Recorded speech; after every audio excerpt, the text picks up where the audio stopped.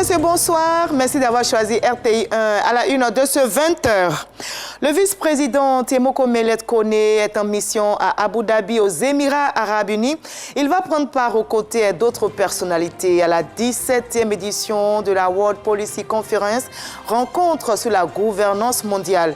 Le vice-président ivoirien portera la voix de la Côte d'Ivoire demain à la cérémonie d'ouverture. Et ici en Côte d'Ivoire, le groupement des entrepreneurs du bâtiment et des travaux publics souffle sa 90e bougie. Le Premier ministre Robert Begré-Mambé prend part aux festivités. Il a rendu hommage à 18 chefs d'entreprise et ces derniers ont été distingués pour leur rôle déterminant dans le développement des infrastructures dans notre pays. Le CESEC, Conseil économique, social, environnemental et culturel, a clos aujourd'hui sa deuxième session ordinaire. Le haut représentant du président de la République, Gilbert Kafana Koné, y a pris part. Cette session a été marquée par plusieurs communications sur des thématiques clés telles que le changement climatique. Le président du Congo-Brazzaville, Denis Sassou Nguesso, également président du comité de haut niveau de l'Union africaine pour la Libye, plaide pour la paix à Tripoli. Il vient justement d'effectuer une mission en Libye. Il a rencontré les principaux responsables libyens à Tripoli et à Benghazi. Soyez les bienvenus sur RTI 1. Nous commençons tout de suite par les Émirats Arabes Unis, où le vice-président Temoko Melet Kone est en mission. Il va prendre part aux côtés d'autres personnalités à la 17e édition de la World Policy Conference, rencontre sur la gouvernance mondiale. Le vice-président ivoirien portera la voix de la Côte d'Ivoire, son pays, demain à la cérémonie d'ouverture. Cette rencontre annuelle est un rendez-vous des décideurs des 5 continents pour réfléchir sur la gouvernance mondiale dans tous ses aspects pour un monde plus ouvert, plus prospère et plus juste. Et on retourne en Côte d'Ivoire où le groupement des entrepreneurs du bâtiment et des travaux publics souffle sa 90e bougie. Le Premier ministre Robert Begré-Mambé prend part aux festivités, une cérémonie riche en symboles. Vous allez le voir, le chef du gouvernement ivoirien a rendu hommage à 18 chefs d'entreprise. Ces bâtisseurs ont été distingués pour leur contribution au rayonnement de la Côte d'Ivoire. Marie-Chantal Akandan et Laurie Tchandongon pour le reportage. Depuis 90 ans, le groupement des entrepreneurs du bâtiment et des travaux publics, GIBTP, s'engage aux côtés de l'État pour bâtir un avenir durable. À travers ses actions, le secteur illustre sa détermination à contribuer au développement de la Côte d'Ivoire. Au fil des décennies, le GIBTP s'est imposé comme un acteur incontournable dans le paysage économique national. Aujourd'hui, il regroupe 87 entreprises, générant un chiffre d'affaires de plus de 3 000 milliards de francs CFA et employant directement plus de 47 000 personnes. C'est sous le thème 90 ans d'action pour le développement de la Côte d'Ivoire que nous célébrons cet anniversaire. Ce thème reflète notre engagement constant à accompagner les ambitions de notre pays sous l'égide éclairée de son Excellence M. Alassane Ouattara, président de la République, auquel nous rendons un vibrant hommage pour sa vision qui place les infrastructures au cœur du progrès économique et social de notre pays. Le secteur du bâtiment et des travaux publics, véritable pilier du développement socio-économique, a été honoré. Reconnaissance de la nation symbolisée par la décoration de 18 chefs d'entreprise. L'obtention de ces distinctions représente pour nous la reconnaissance de 20, 30, voire 40 et même 50 années de travail acharné, d'expériences tout aussi passionnantes qu'éprouvantes, de difficultés, mais aussi de défis relevés. Nous tenons à exprimer notre gratitude à son Excellence, M. Alassane Ouattara, président de la République de Côte d'Ivoire, pour cette haute reconnaissance. Le Premier ministre Robert Begré-Mambé a souligné l'importance des acteurs du BTP qui jouent un rôle crucial dans la vision de modernisation portée par le président de la République Alassane Ouattara. De 2015 à 2021, le secteur du BTP a connu une croissance moyenne de 5% par an et cette dynamique de croissance n'a pu être possible qu'avec le concours des entreprises que vous représentez. Ce secteur représente entre 6 et 7% du PIB et 20% du PIB secondaire, avec plus de 47 000 emplois directs. Et je tiens à rendre hommage aux entreprises du groupement ivoirien du bâtiment des travaux publics pour leur contribution dans l'exécution de tous ces grands chantiers de notre pays. La Côte d'Ivoire est plus que fière de vous et veut pouvoir compter sur vous pour les défis futurs. Chers acteurs du BTP, vous êtes un maillon essentiel dans le développement de la Côte d'Ivoire et c'est ensemble que nous réussirons à faire de notre pays un très grand pays. Je voudrais donc réitérer au président du GIBTP ainsi qu'à tous les membres du groupement ma joie de me tenir à vos côtés au nom du président de la République pour célébrer avec vous 90 ans de vécu, de travail acharné, de sacrifices, mais aussi 90 ans de succès. Un recueil historique et un film immersif ont dévoilé les grandes réalisations du secteur. Entre exposition photographique, reconnaissance des bâtisseurs et projection vers l'avenir, ce 90e anniversaire célèbre l'héritage et l'ambition d'un secteur clé. Voilà, il y a aussi une autre structure qui bouge bien. Le CESEC est aussi dynamique. Le Conseil économique, social, environnemental et culturel a clos aujourd'hui sa deuxième session ordinaire. Le haut représentant du président de la République, Gilbert Kafana Koné, y a pris part. Cette session a été marquée par plusieurs communications sur des thématiques clés telles que le changement climatique. Carmel Dia pour le reportage. Après 3 mois de travaux intenses, le CESEC referme ses portes. La deuxième session ordinaire de l'institution vient de s'achever en présence du haut représentant du président de la République et des présidents d'institutions, le président du Conseil économique, social, environnemental et culturel, Eugène Akaouele, s'est félicité des résultats obtenus. Notre institution, en initiant ce type de rencontre, veut contribuer à l'offre des réponses qualitatives aux défis en rapport avec les champs d'intervention du CESEC et en matière d'appui conseil au gouvernement pour mieux aider à la prise de décision. Le programme de la deuxième session ordinaire 2024 a prévu 13 activités formelles concernant 4 rubriques. 11 activités ont été réalisées sur les 13 prévues, soit un taux de réalisation de 85%. Je voudrais souligner avec fierté que les acquis enregistrés et la dynamique dans laquelle est inscrite désormais le CESEC restent tributaires de la ferme volonté du président de la République de faire de ce haut lieu d'échange et de réflexion une source d'informations et de recommandations suffisamment pertinentes et crédibles. Lors de son discours, il a rappelé les sujets clés débattus, les consultations menées et les visites de terrain réalisées. Il a également remercié le président Alassane Ouattara pour son soutien constant et annoncé la participation du CESEC au projet ambitieux Abidjan Legacy Programme.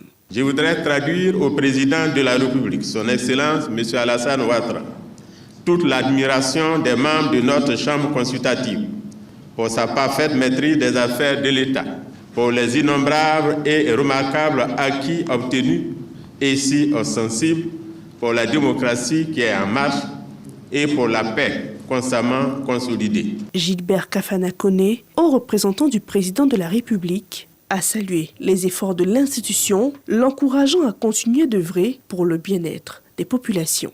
Je voudrais féliciter M. Akaouele et ses conseillers pour tout le travail qu'ils abattent tous les jours. Le contenu de cette deuxième session montre effectivement leur engagement et je voudrais au nom du président leur demander de continuer à mener donc les travaux dans les conditions aussi brillantes qu'ils ont l'habitude de le faire.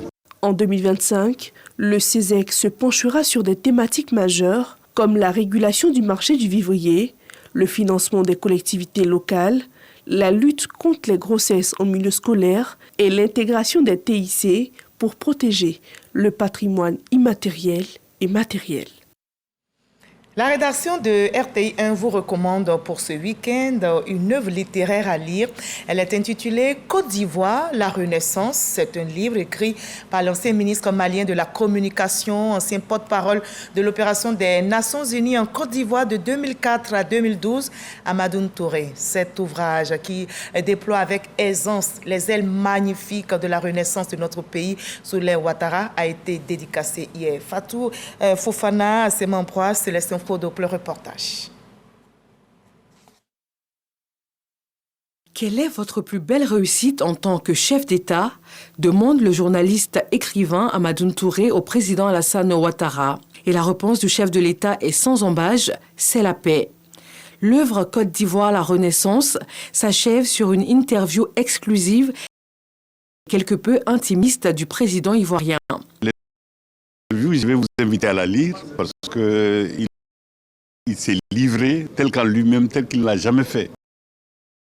Il a parlé de lui-même en tant qu'individu, mais il a parlé de lui-même aussi en tant que croyant, homme de foi, humble, prêt à rencontrer son Créateur.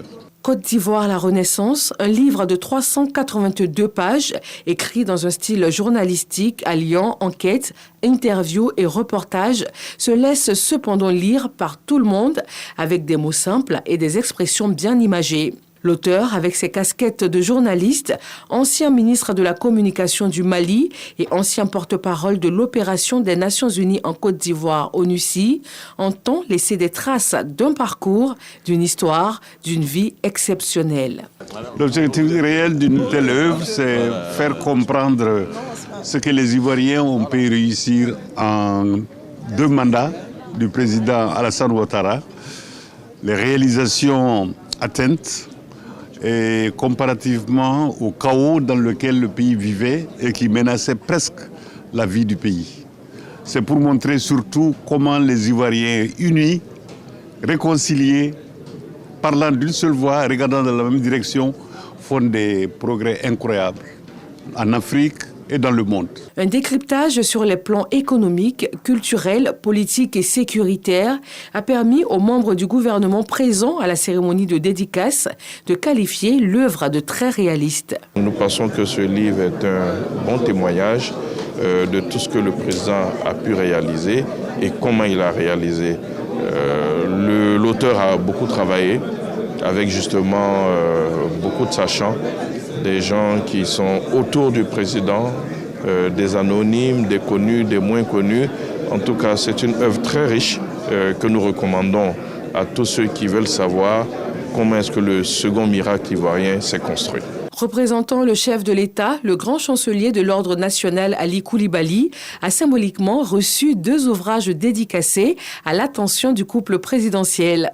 Il a aussi donné sa perception de l'œuvre. L'ouvrage d'Amadoune Touré démontre, exemple à l'appui, que le président Alassane Ouattara n'est pas seulement un brillant économiste, mais aussi un dirigeant guidé par le souci de l'amélioration de la vie quotidienne des Ivoiriens et des Ivoiriennes. L'histoire retiendra que le président Alassane Ouattara a atteint l'ambition qu'il nourrissait pendant son magistère, à savoir celle d'accroître la richesse du pays et de mieux la partager au service du progrès social.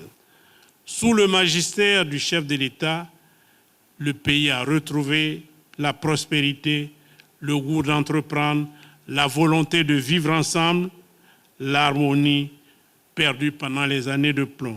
De la Côte d'Ivoire avant Alassane Ouattara à la Côte d'Ivoire actuelle, cette Côte d'Ivoire qui a fait son comeback sur la scène internationale, la plume de Amadoune Touré grave pour les générations actuelles et futures l'histoire d'un homme d'État, d'un bâtisseur qui a tracé et continue de tracer les sillons d'une nation ivoirienne forte. Et on s'intéresse aussi à l'Académie internationale de lutte contre le terrorisme qui vient de tenir son 3e conseil d'administration.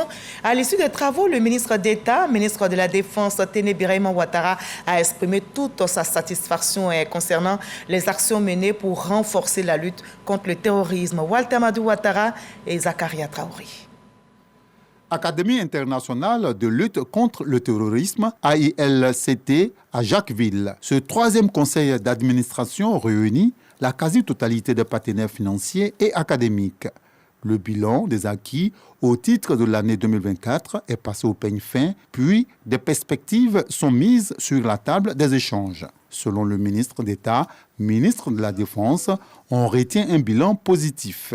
En 3 ans, l'Académie a fait un grand pas en matière de formation de lutte contre le terrorisme surtout. Parce que c'est là donc la vocation de l'Académie de prévenir, de légiférer en matière donc de terrorisme. Et tout ceci se fait dans un bon esprit. L'Académie a 4 défis importants à relever. Le projet de labellisation pour donc bénéficier de l'excellence de l'Union africaine. C'est aussi donc les conditions de vie et de travail du personnel sur le site. Il y a des formules de formation que nous voulons enrichir, intéresser un maximum de pays africains à adhérer à l'Académie. De 2019 à ce jour, ce sont 1595 stagiaires outillés afin d'être plus efficaces dans la lutte contre le terrorisme. Autre temps fort de cette journée, c'est l'inauguration d'un village de type sahélien, dont des Émirats arabes unis. Il servira de site d'exercice pour permettre aux soldats de se familiariser avec l'environnement qui pourrait être, en réalité, le théâtre de l'application. Partout maintenant pour Boaké, où 104 soldats et leurs conjoints se sont dit oui pour la vie. L'École nationale des sous-officiers d'active NSOA de Boaké a abrité justement un mariage collectif. Et ce sont, je rappelle, plus de 100 soldats et leurs épouses qui se sont dit oui sous le regard du chef d'état-major général des armées de Côte d'Ivoire, le général Lassina Doumbia. J'avais Kwasi et Charles Tatou pour le reportage. 104 militaires, dont 103 sous-officiers et un militaire du rang, viennent de régulariser leur statut matrimonial. Ces hommes en armes de la 3e région militaire et leurs épouses respectives se sont dit oui devant l'autorité municipale, à savoir Fanta Ouattara, 5e major au maire de Boaké, mais surtout en présence du chef d'état-major général des armées, le général Lassina Doumbia, qui avait à ses côtés des chefs de grand commandement. Les témoins et proches des mariés ont partagé également ce moment mémorable. Des tourtereaux, avant de convoler en juste noces, ont bien voulu se prononcer. Elle et moi, nous sommes ensemble, ça fait aujourd'hui 15 ans, nous avons 6 enfants ensemble. Voilà, au lieu de la laisser aller marier une autre, je préfère la marier. Donc je l'aime vraiment, parce qu'il fait partie de ma vie. S'il vous plaît. C'est mon cœur. J'ai la facilité qu'aujourd'hui, on passe sur un cap de notre vie, qui est le mariage. Voilà, sa bonté, son caractère, et puis aussi sa grande beauté, qui a fait que je l'ai choisi. Lui dire que je l'aime, comme au premier jour. Depuis 2018, et on est ensemble. Il y a des moments difficiles, il m'a souligné. Je ne fais que lui remercier pour ses reconnaissances. Un buffet a été offert aux néo-mariés et leurs convives. Occasion pour le général de corps d'armée, Lassina Doumbia, un homme marié averti, de prodiguer de sages conseils aux différents couples. Si je dois vous donner un conseil, c'est de vous demander simplement d'être transparent avec vos épouses. De vous faire confiance mutuellement. Il faut tout partager avec elles. Il n'y a que de cette façon que vous pourrez effectivement sécuriser vos familles. Après les premières, 2e et 3e régions, c'est au tour de la 4e région militaire, avec pour base Korogo, d'accueillir le mariage collectif des forces armées de Côte d'Ivoire. Facile. Voilà, il faut aussi ajouter que ce même événement s'est déroulé à Daloa le 6 décembre dernier et vient de s'achever aujourd'hui même à Korogo. Et respectivement, 20 et 35 couples se sont dit oui pour toujours. Le ministère des Eaux et Forêts veut optimiser la mobilisation de ressources, mais aussi les sources de cette mobilisation et de dividendes. Cela par une juste répartition des bénéfices pour un mieux-être des travailleurs. Et bien, pour y parvenir, 2 régies financières et un comité ad hoc ont été créés en 2021. Il faut cependant œuvrer davantage pour maintenir la confiance de l'organisation d'un conclave de 2 jours à Assini. Le reportage de Franck Adio et Vlao Klaomao. À Assini, 2 jours de réflexion pour optimiser la bonne marche des 2 régies créées depuis 2021 pour une meilleure gestion financière des ressources des ministères des Eaux et Forêts. Nous avons notre régie qui existe depuis belle lurette et que nous avons décrié le mode de fonctionnement. Qu'aujourd'hui, quand, grâce au ministre, nous sommes venus pour faire des propositions concrètes, de passer à la digitalisation de nos différents documents, de passer au paiement par le Trésor paye. Donc voici plus ou moins des propositions concrètes. Les fêtières syndicales, à l'instar de tous les microcosmes liés au secteur forestier, s'impliquent. Les régies d'avancement et de recettes sont un pilier important du fonctionnement des eaux et forêts. Cet atelier vient à point nommé parce que ça va nous permettre d'aller dans la redynamisation du fonctionnement et de la mobilisation de nos ressources au niveau du ministère des Eaux et Forêts. Au ministre Laurent Tchagba de réaffirmer ses attentes, la question est urgente. Lorsque nous allons atteindre nos objectifs en matière de lutte contre le braconnage, en matière de lutte contre le sillage à façon, en matière de lutte contre un certain nombre d'imperfections dans notre ministère, les taxes vont diminuer et la régie pourra être mise en mal. Donc il faut que dès maintenant nous anticipons pour préparer ce qui va remplacer des taxes, pour que les montants à collecter, qui doivent permettre à la régie d'être puissante, augmentent. Notons-le, le ministère des Eaux et Forêts a un effectif prévisionnel de 9 000 hommes d'ici à fin 2025. Le budget mobilisé et adopté en plénière par les deux chambres du Parlement est de plus de 79 milliards de francs CFA.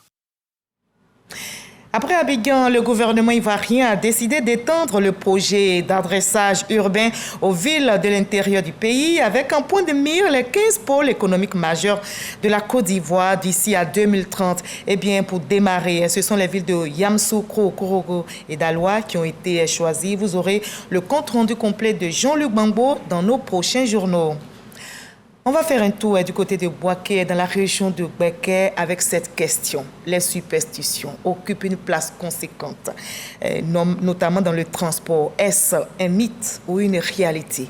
À Boaké, les superstitions qui occupent cette place chez certains habitants, notamment dans les transports en commun, des croyances influencées par la culture, la tradition et les expériences personnelles.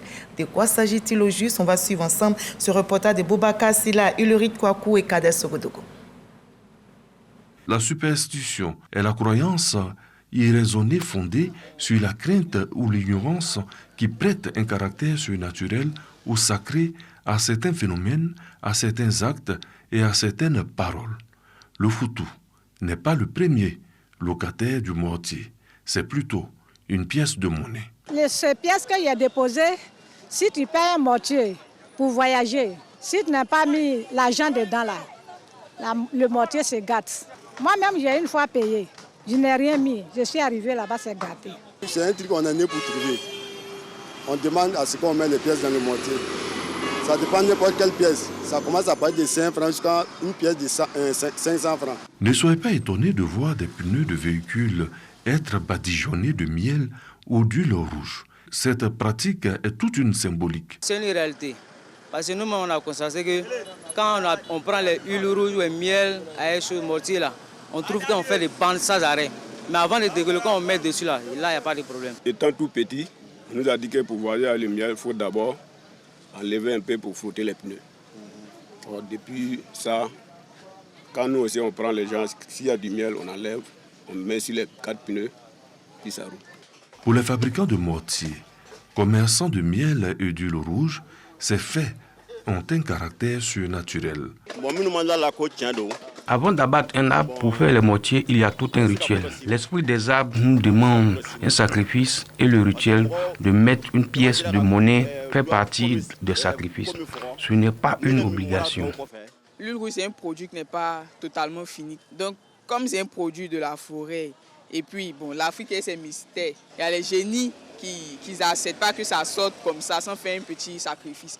Donc, pour eux, le sacrifice, c'est de mettre ça sur les roues de l'engin qui va transporter l'huile. Des croyances souvent rejetées. Je me dis que ce sont des choses superficielles. Parce que le fait que peut-être on peut dire nos parents, ça c'est devenu comme quelque chose, ça devient coutume maintenant qu'il faut respecter ces règles. Sinon, moi, je ne crois pas. Au fait, c'est des histoires que les gens racontent partout. Sinon, c'est archi faux. Pourquoi sommes-nous superstitieux? Comment le devient-on? Quelles sont les origines et les explications des superstitions les plus courantes? Les superstitions ont plusieurs origines. La première source, ce sont les mythes et légendes. Ce sont des formes de croyances en des symboles, en des pratiques qui sont en lien avec la culture, en lien avec la tradition, en lien avec un certain nombre de pratiques culturelles ou bien cultuelles. Ce qui explique la superstition, c'est que les gens ont peur de mourir. Qu'on a peur de mourir, donc on fait tout pour respecter les normes qui sont liées à la superstition. Il y a aussi la quête d'assurer son existentiel. Et donc, tout ce qu'on nous dit, on avale et on applique. En Afrique, comme partout dans le monde, la croyance aux superstitions procure un sentiment de protection. Superstition dans le transport, mythe ou réalité, à chacun de répondre. C'était un commentaire de Kader Sogodogo. Nous sommes maintenant à quelques jours des fêtes de fin d'année et les commerces, magasins et marchés s'animent bien. Vous avez dû le constater vous-même. Les préparatifs vont bon train et certains commerçants ont choisi de faire le déstockage de certains articles. Les produits sont vendus à moindre coût. Il faut donc profiter maintenant. Le reportage d'Ange Parfaite à Ouassé Fourazegui, elles étaient au marché d'Agamé. Nous sommes dans le mois de décembre, commune d'Adjamé. Ce centre commercial, réputé pour les préparatifs des fêtes, est en mouvement. À quelques semaines de la fête de Noël et celle de fin d'année, certains commerçants ont mis à la disposition des clients quelques articles à moindre coût. On y retrouve des jouets de tout genre et des vêtements au plaisir des enfants et parents. Bernice, vendeuse de vêtements et jouets, est au rendez-vous comme chaque année. Nous sommes là, c'est la période des fêtes. On vient au travail du lundi au lundi. On reçoit les grossistes, on reçoit les détaillants. Et puis bon, on contrôle aussi tous les articles qui sortent. On fait des réductions sur les articles. On fait aussi en même temps aussi les soldes. Et puis bon, pour attirer plus de clientèle. Cette accessibilité des prix des marchandises facilite la tâche aux parents en quête de cadeaux et leur permet de faire quelques économies. Pendant les fêtes là, c'est tellement bousculé. Donc je vois qu'aujourd'hui c'est un peu relax. Quand les fêtes approchent, les prix sont élevés, donc on n'arrive pas du coup à payer. Donc pour le moment, comme les prix sont un peu abordables, donc on préfère acheter en même temps. Maintenant, les prix sont un peu bons. Mais quand ça tombe vers la fête, vers le 20 comme ça, quand c'est bon à 3 jours de la fête comme ça, les magasins sont bourrés et puis le prix augmente. Donc maintenant, on se sent bien dans le prix. On peut faire nos achats rapidement et puis ça marche quoi. Qu'il s'agisse de se faire plaisir ou de faire plaisir aux autres, ses parents n'hésitent pas à mettre tout en œuvre afin de passer de bonnes fêtes de fin d'année. Voilà, on va tous profiter pour pouvoir avoir des produits.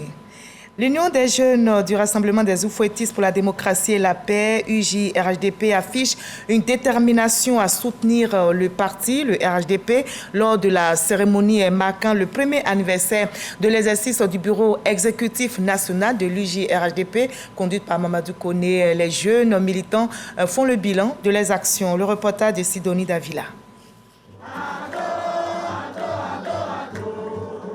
Un an après son installation, le bureau exécutif national de l'Union des jeunes du Rassemblement des Oufouettistes pour la démocratie et la paix, l'UJ-RHDP, dirigé par Mamadou Koné, a fait le bilan d'une première année riche en réalisations. Notre priorité a été de démobiliser la jeunesse du RHDP. Nous avons entamé ce travail par un séminaire organisé en mars 2024 à l'INJS. Cette rencontre a été l'occasion pour nous de jeter les bases de nos actions en traçant une feuille de route claire pour renforcer l'unité et la dynamique de l'UJ-RHDP. Ensuite, nous sommes allés à la rencontre des jeunes à travers des meetings de grande envergure. Nous avons multiplié les actions de proximité pour engager et à sensibiliser la jeunesse de notre parti. L'identification et la remobilisation des primo-votants ont été au cœur de cette dynamique. Forte de ses succès et de ses stratégies novatrices, la jeunesse oufouettiste se positionne comme un acteur clé dans la préparation des échéances électorales de 2025. En tant que jeunesse du RHDP, nous avons le devoir sacré de pérenniser cet héritage.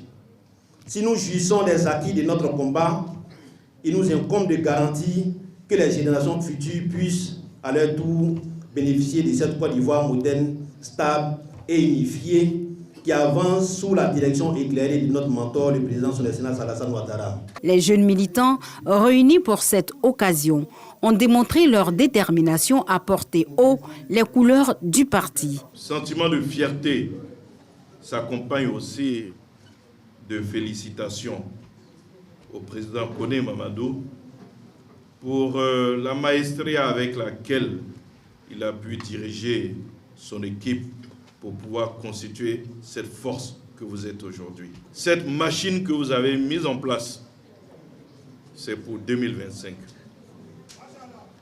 Et je voudrais vous encourager à continuer le maillage territorial.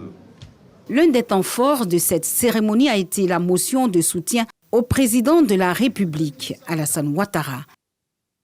On va terminer par la Libye où le président du Congo, Brazzaville, Denis Sassou Nguesso, également président du comité de haut niveau de l'Union africaine pour la Libye, a plaidé donc pour la paix à Tripoli. Il vient d'effectuer justement une mission à Tripoli où il a rencontré les principaux responsables. Fin de ce 20h. Merci à vous tous de l'avoir suivi. Demain 13h, retrouvez Hamza Diaby et à 20h, Kolo Klubali. Moi, je vous dis à très bientôt et on continue de promouvoir la paix partout, sans relâche. À très bientôt.